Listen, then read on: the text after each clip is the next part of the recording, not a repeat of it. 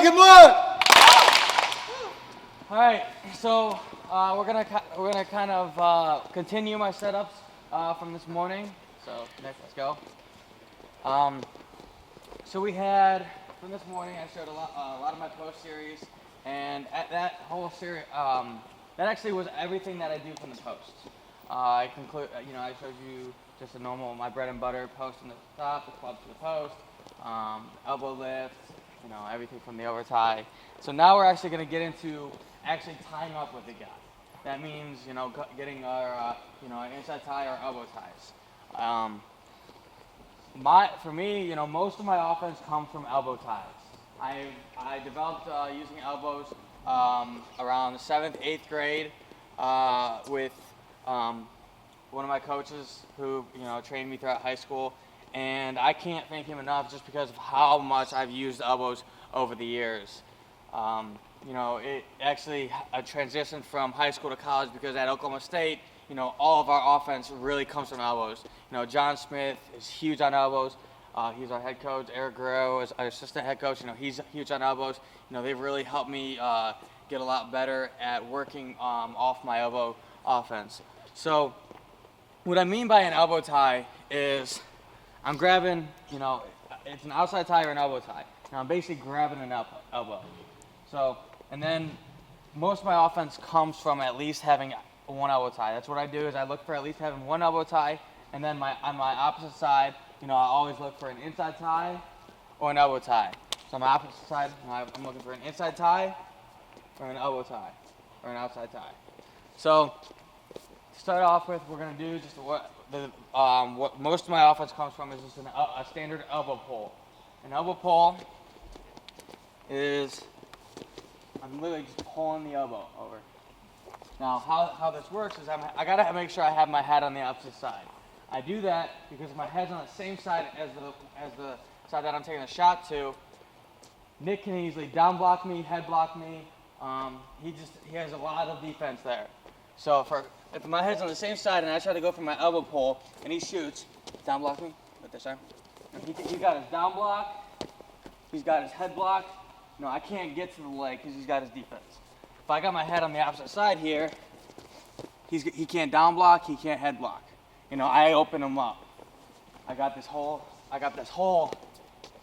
right here, just because my head's on the opposite side. When he tries to go down, I'm beating him to the punch. I'm pulling him over me.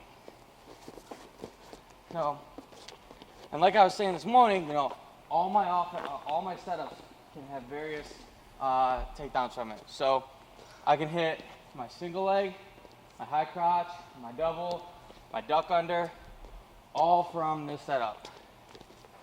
So head on the other side, and my high crotch, and my double, got my inside beat single, I got my duck under. And like I was saying in the morning, with the duck under, you need something to pull. So with the single double high crotch, it doesn't matter what tie you have on the opposite side. You can have an inside tie or an outside tie. With the duck under, you have to have an inside tie. That's because you need to pull the arm. And what I mean by that is if I'm on this side, when I'm attacking that side, I have to have an inside tie for a duck under. For a high crotch, double single, I can have an inside tie or an outside tie on this side. I just gotta make sure that my head's on this side when I go. For a duck under, head's gotta be on this side, but I have to have an inside tie. Because when I go, I gotta pull this arm. From this morning, when I went, I had the head to pull. Now, since my head's right here and I don't have his head, I have his arm now, the inside tie. And again, I'm pulling him, trying to get him to his mat. This is basically the same position. Blast into him. So here, high crotch, double, single, duck under. Now when we hit this pole, we want to make sure we over-exaggerate it. Okay? And what do I mean by over-exaggerate? We really want to try to pull this guy so that he hits his hands. I want to really try to make him hit his hands. Now, will that happen on mats? Probably not. But the reason why I want to drill that way is so when I go on the mats, I hit it hard. So if we're going live, we're wrestling, I want to be able to pull it hard, and so that way I can actually get my shot. If I drill lazy here, if I go, just do the motions like this, and I go on the mats, that's not gonna let me just do this to him. I gotta really pull it. And I gotta really feel that arm. So when we're out and drilling, really try to focus, pulling that guy over the top of you. Now I'm really trying to pull. As you guys see, I'm throwing him over. So again, you have your single, your double, your high crouch, your duck under. And if you want, we also do this thing called a near arm far leg, where, I don't know, you guys may know it as a barrel roll. That's what I called it growing up, and then, at Oklahoma State, we started calling it a near arm far leg.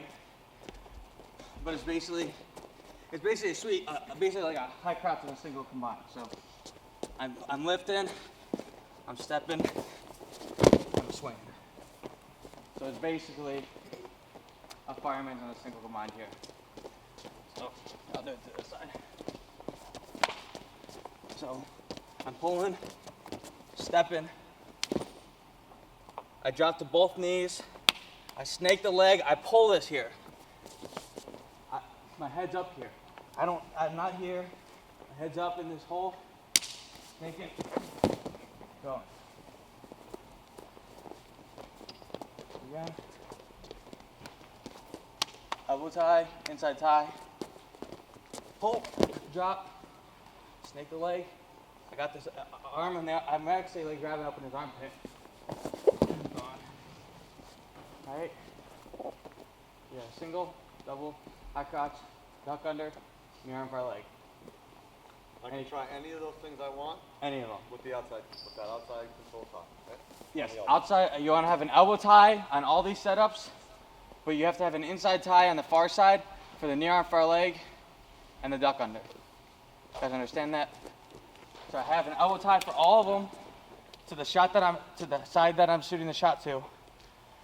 But I have an inside tie on the far side on the duck under and the near arm far leg. Okay? Any questions?